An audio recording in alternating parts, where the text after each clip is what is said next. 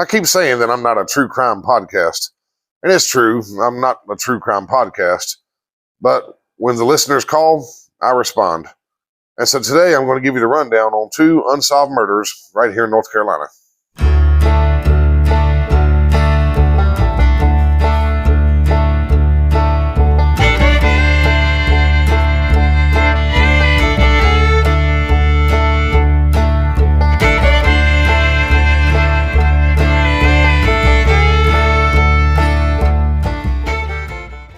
Welcome to the NC Everything podcast. I'm your host, Curtis, and this is a bi-weekly show where I talk about everything that has anything to do with North Carolina. Thank you for joining me today, whether you're returning or you're a brand new listener. As usual, I got a few things to say before we get started. Not too much, but remember, you can always check the description down below and it'll tell you exactly when the actual content starts. First, I want to say I've had a lot of people join the Facebook group in the past few weeks. I'm super appreciative of that. I'm not exactly sure what has caused this mass migration, I would say, but I will say that I was mentioned or have been mentioned on the Crack House Chronicles podcast. And I don't get to listen to podcasts as much as I used to, but I have listened to a few episodes of the Crack House Chronicles. It's a really good show. And since they're mentioning me over there and the host is a fan of the show, I would definitely ask you to go check them out. I want to return the favor. And they do have a good show. I'm not just sending you to some place because we're sharing favors here. They do have a pretty good show. Another thing, some people have asked, or a couple people have asked for merchandise, stickers and whatnot. I wanted to wait until I got a pretty good crowd before I started doing merchandise. I went to Michael's a while back and bought some sticker paper, and I tried my hand at sticker making, but I've never done had any professionally made. I did print out some new business cards. Maybe I'll if I printed out new business cards, I'm going to cast it on the screen right here, right now. But anyway, I don't really consider myself much of a digital artist. I've downloaded a free program on my computer, and I've been kind of messing with it. But at some point, maybe I will come up with some stickers and maybe eventually some T-shirts. And I'll let you know when that happens. Now, before we get started, I want to say that if you like the show, don't forget to rate, review, and subscribe. You can also join the Facebook group by searching the NC Everything Podcast on Facebook. I have a website at www.thenceverythingpodcast.com, and you can contact me on the website. And that's where you can let me know what you think about the show or suggest episodes. And speaking of suggesting episodes, I have a pretty long list of suggestions I'm going to start going through. So probably the next several months worth of episodes are listener suggestions. But anyway, back to the Facebook group, the website, the contact. You can find the links for all that stuff down in the description. And if you're watching on YouTube, oh yeah, by the way, if you're listening and you want to watch, there's a link for the YouTube channel in the description.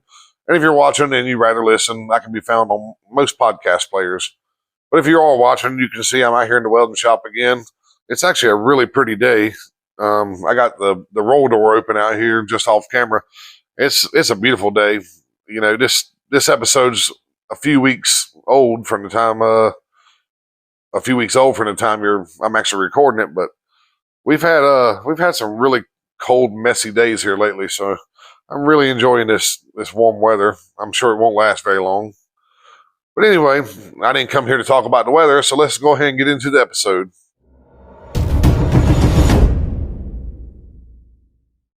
Now, like I said, we got 2 different cases I'm going to be talking about today, the murder of Denise Johnson and the murder of Debbie Wolf. I'm going to start with Denise Johnson. Denise was a suggestion by Gidge from Missouri, so thank you, Gidge, for that.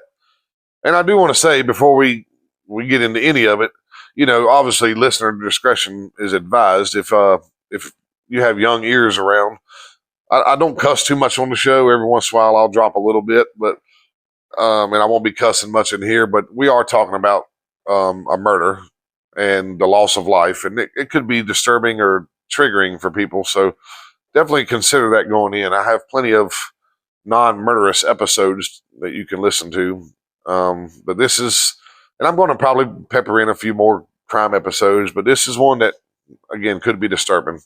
Anyway, I don't mean to rattle on about that. Let's talk about Denise Johnson. So for this case, we're going back to the Outer Banks again. I don't mean to give the Outer Banks special attention on this show, but they're listener suggestions. And like I said, when the listeners call, I respond, and I get a lot of suggestions about the Outer Banks. But we are heading back to the Outer Banks for this suggestion. And a lot of faithful listeners of the NC Everything podcast know that I love to give like origin stories and backstories. But I'll be honest with you, I couldn't really find a whole lot on Denise Johnson. I looked and looked, and I'm sure if I looked long and hard enough, I could probably put together a lot of information. But I spent about 2 weeks looking, and I couldn't find a whole lot about her life, and I can only find a little bit out about her death. It's very mysterious. So, Gidge, I'm sorry I can't give you a too much of an in-depth scope of or in-depth dive into Denise Johnson, but I am going to give you everything I got. So Denise was born in Elizabeth City on February 18th, 1963, to Floyd and Helen Johnson. And that's pretty much all the backstory I have, except that she had 5 sisters.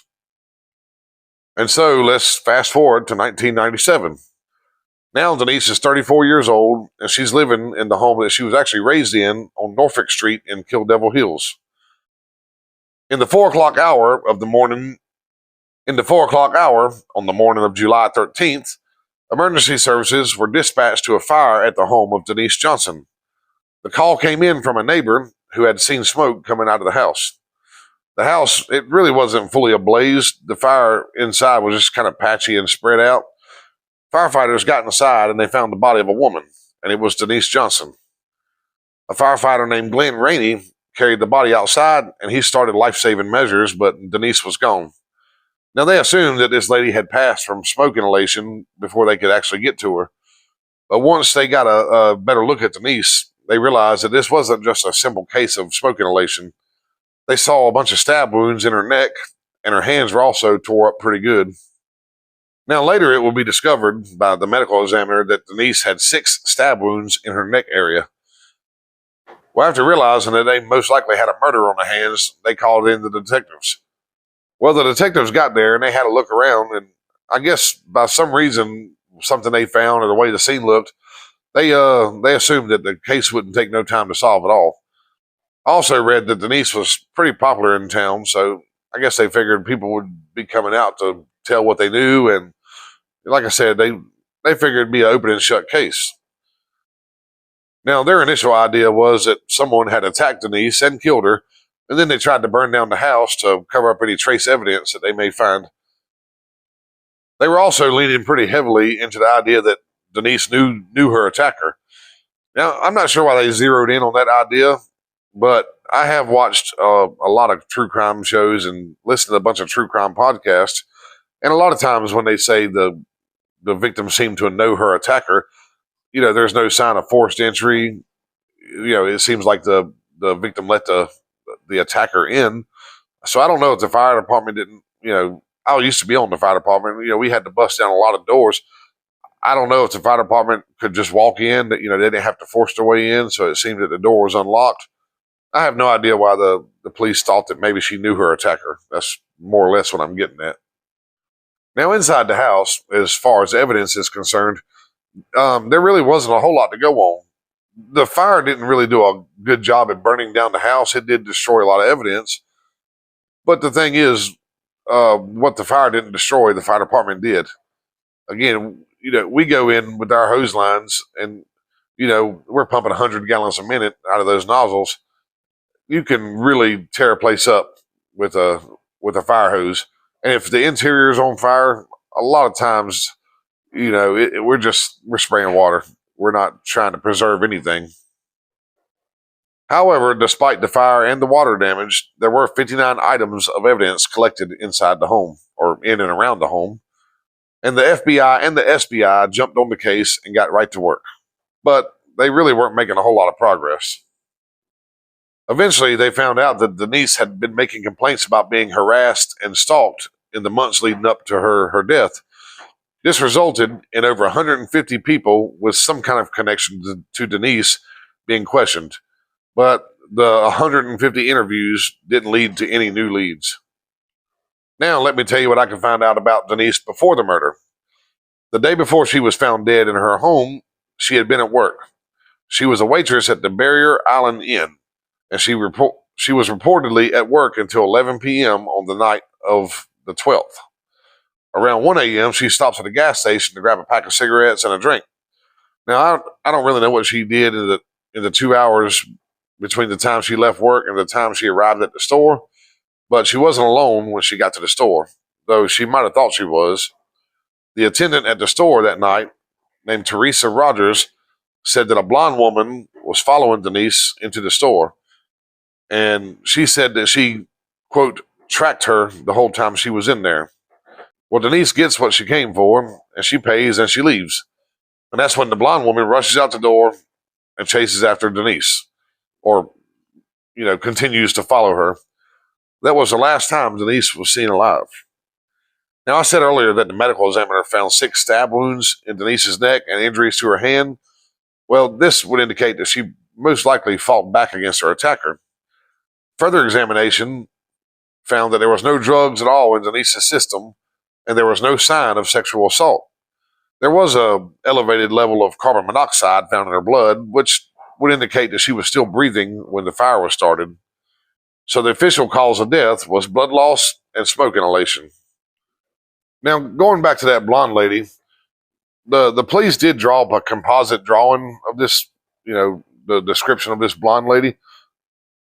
And of course, the description was given by the store clerk, but nothing really came of it. It was pretty generic. I read that it looked like, any other and every other blonde woman. However, the blonde woman was eventually connected to Denise, but not by investigators. You see, there's a podcast called Counterclock, and the host, Delia D'Ambra, is also a NC native from Kill Devil Hills. Well, she was 4 years old at the time of the murder, but since then, she did her own investigation into the Denise Johnson murder.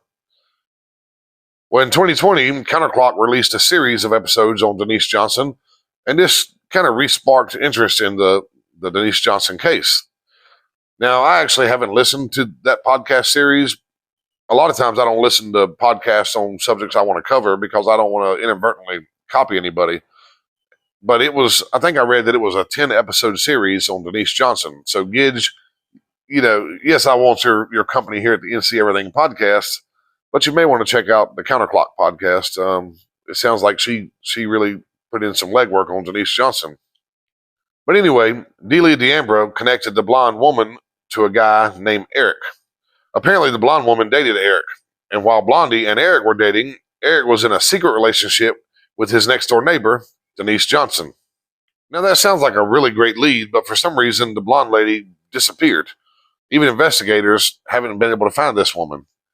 And sadly, that's really all I have on Denise Johnson.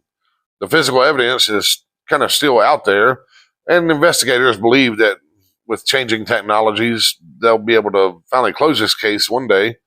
But I will say, anybody with any information about this case is urged to call the Kill Devil Hills Police Department at 252-449-5337. And again, thank you, Gidge, for the suggestion. I wish I could have done better for you.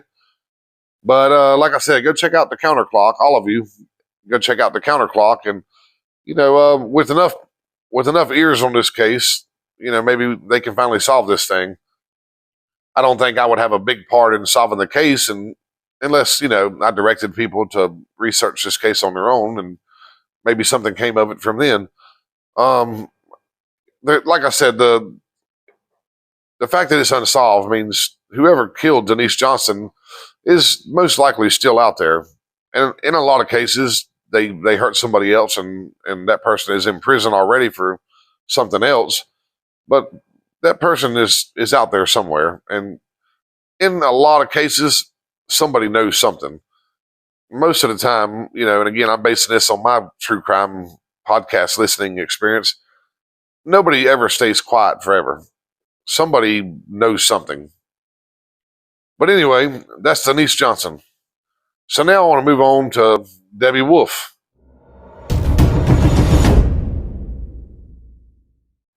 And Debbie Wolf was somebody I wanted to put in on my own. I would have loved to have done a whole episode on Denise Johnson, but since there was so little evidence and little information to report about, I wanted to tie in another unsolved murder. And this one here, I have listened to. I have listened to a podcast on, and I don't remember if it was Dateline or Crime Junkies. I listened to a bunch of them, but but I have heard a podcast on the Debbie Wolf case, and it's one that actually intrigues me pretty good, and you'll see why. So for this one, we're going down to Fayetteville, North Carolina, but before that, we're out in Arkansas. Deborah Ann Wolf, or Debbie, as she was most commonly known, was born on June 19th, 1957 in Blytheville, Arkansas. By the age of 28, she had made her way to North Carolina and was living down in Fayetteville, outside of town.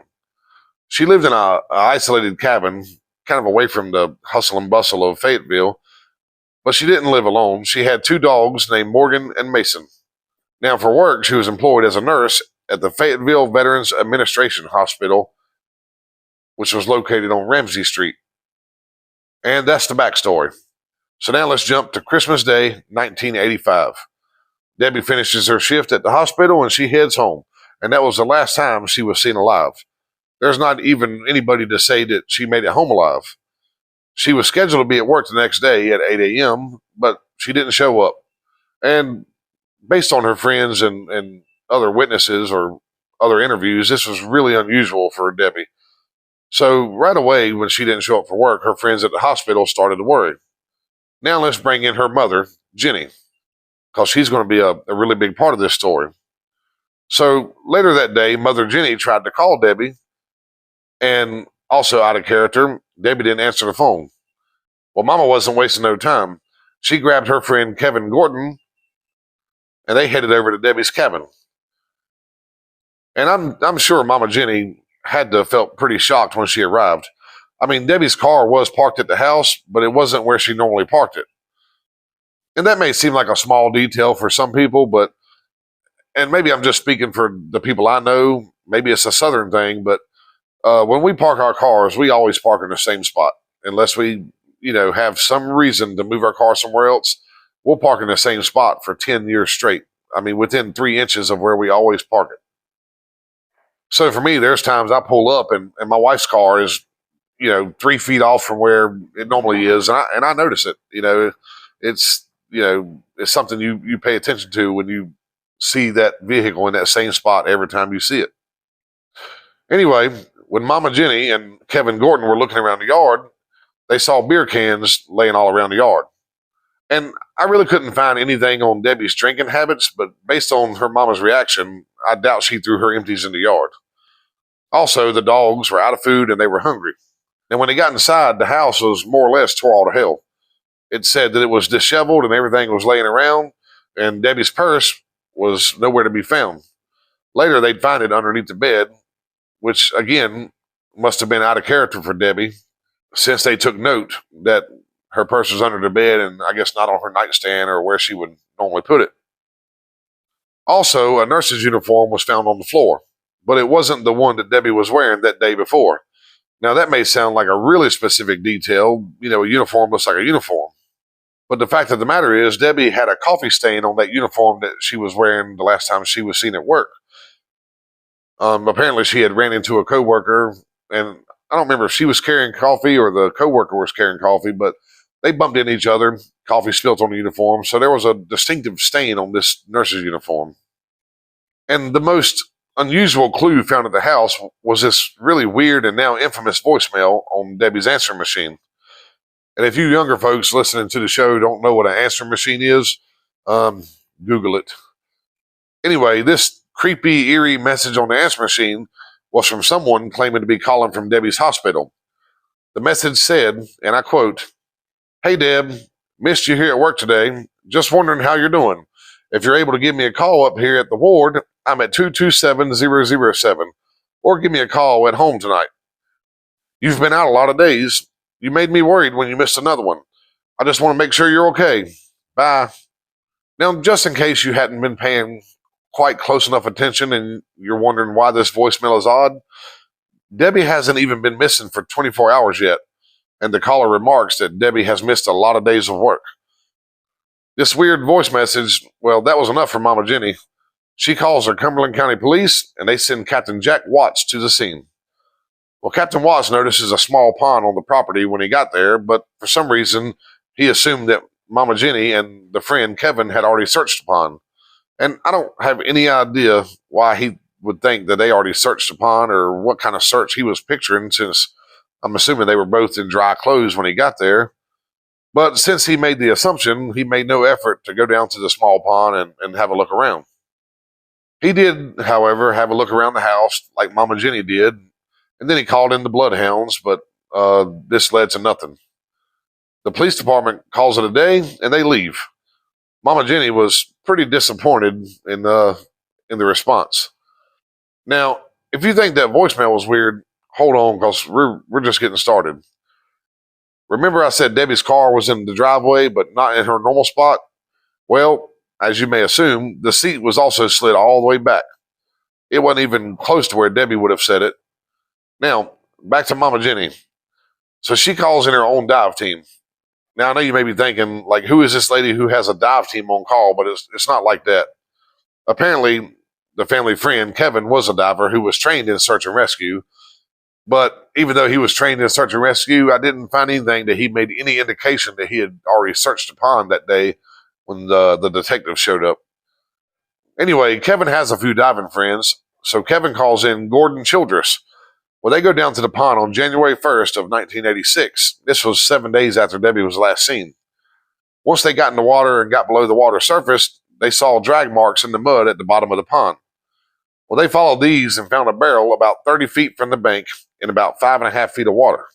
The barrel was like the 55-gallon oil drum style, like, you see a lot of people use for burn barrels.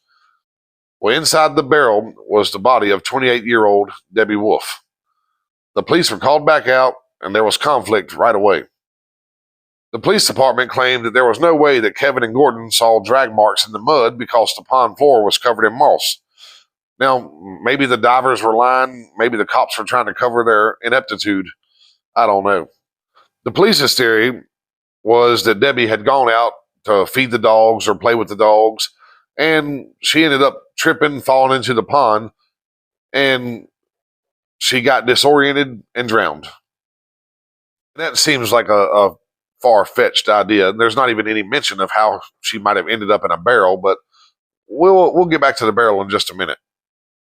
Anyway, an autopsy was performed, and the cause of death was undetermined, though it gave drowning as the most likely cause.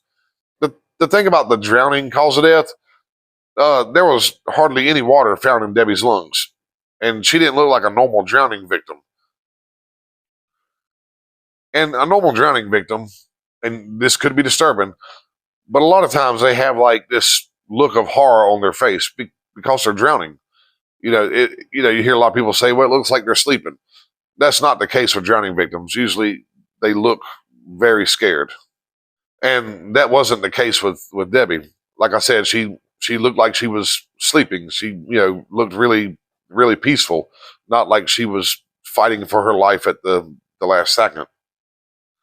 And kind of like Denise Johnson, Debbie had some injuries to her hand, which indicated that she had put up a fight. Now, you could say that maybe she was fighting her attacker, or maybe she was fighting to free herself from the barrel, but I guess we'll never know. Then there was the weird situation of the clothes. You see, 2 months after the autopsy, Mama Jenny receives the clothes that Debbie was wearing when she was found. And it really didn't make any sense. So I'm going to kind of give you a rundown of what she was wearing. Brown corduroy pants that were way too big for Debbie. A bra that was 3 sizes too large. Nike shoes that were men's 6, and Debbie wore a women's 7. A black Pittsburgh Steelers t-shirt that nobody seemed to recognize, and a brand new Army field jacket that was not Debbie's or anybody else that Mama Jenny knew. You see, none of these clothes were Debbie's, and most of them didn't fit her anyway. Now let's go back to those Nike shoes for just a second. They were really clean when they were given back to Mama Jenny. There wasn't a single speck of mud on them. Now, Mama Jenny, ever the investigator, she calls and she asks if the items were cleaned before they were given to her, and she was told no, that they don't clean the items before they return them to the family. So how would Debbie end up in the pond after playing with the dogs and falling into the pond and getting panicked and drowning yet her shoes didn't have a single speck of mud on them. Now, you could argue that she never touched the muddy bottom of the pond, but remember, she was found in only 5 feet of water. Now, the clothes that you would expect her to have on, that nurse's uniform with the coffee stain on it, well, it was never located. And to this day, it's still missing. Now, it seems that even with the car being in the wrong spot, with the seat slid back, the house being tossed, the uniform missing, the weird voicemail, the fact that Debbie was found inside of a damn barrel, the police really couldn't see what was in front of them. They were hanging on to this theory that she just fell into the pond and drowned. And remember, I said that their theory doesn't even include the barrel. Why? Because the police didn't even think the barrel actually existed. And yes, you heard that right. They think the barrel was made up. You see, they drained the pond and the barrel wasn't there, which was because they had already pulled the barrel out, I assume. They pulled the barrel out with Debbie's body in it, and everything I read sounds like they drained the pond after the fact. So, of course, the barrel wasn't in the pond. But here's the weird thing. The barrel completely disappears altogether. Like, it's gone. It actually vanished the night after they found Debbie's body in it. Now, the police diver that finally decided to do his job and have a look around inside the pond, well, he claimed there never was a barrel. He said that what they thought was a barrel was actually that army jacket that Debbie was wearing, and that it looked like a barrel because it had, was floating in the water there. And that doesn't make a lot of sense either, because they removed Debbie's body, right? So when they pulled her body out of the pond, was it a barrel or was it a damn jacket? It seems like a stupid thing to argue about. Well, Mama Jenny swore that the barrel was real, and she went to the spot in the yard where the barrel used to sit. See, it was full of firewood, and where it sat at it made an impression in the yard. So Mama Jenny goes to the spot where the barrel was and shows the impression and says this is where the barrel was, but the police, they wouldn't hear of it. Now, I do want to add here that not all law enforcement was denying the existence of this barrel. Cumberland County Deputy Sheriff Don Smith admits that he too saw the barrel. Now, I could speculate on who's right and who's wrong, but you know as good as I do that there was a real barrel. But what happened to it? I think the killer wasn't expecting anybody to look for Debbie for a few days, and he really wasn't expecting anybody to find her body so quick. So when they pulled Debbie's body out, he gets scared and he steals the barrel in an effort to slow down the investigation as much as possible. Now, here's another thing that confuses me. And keep in mind, I'm on the barrel side. I believe there was a barrel, and the police are just morons in this case. So Debbie's body is pulled out in a barrel. Why was the barrel left at the house? That's a really key piece of evidence. If she was found in a trash bag, they would have took the trash bag with them. So why did they leave this barrel behind? There's no telling what kind of trace evidence might have been found inside that barrel. And I'm not here just to dog the police. One thing that peeves me is poor police work. And, I'm sure there's probably a reason for a lot of poor police work. But this was a really bad job, it sounds like. The more I read, the more I heard, the more annoying it gets. And so here's another jab at the police. Long after Debbie's body was pulled from the pond, another clue was found, and not by law enforcement. Another family friend named Franz Schoaf volunteered to go feed the dogs because they were still at the house. Well, while he was there, he found a wool stocking cap that belonged to Debbie.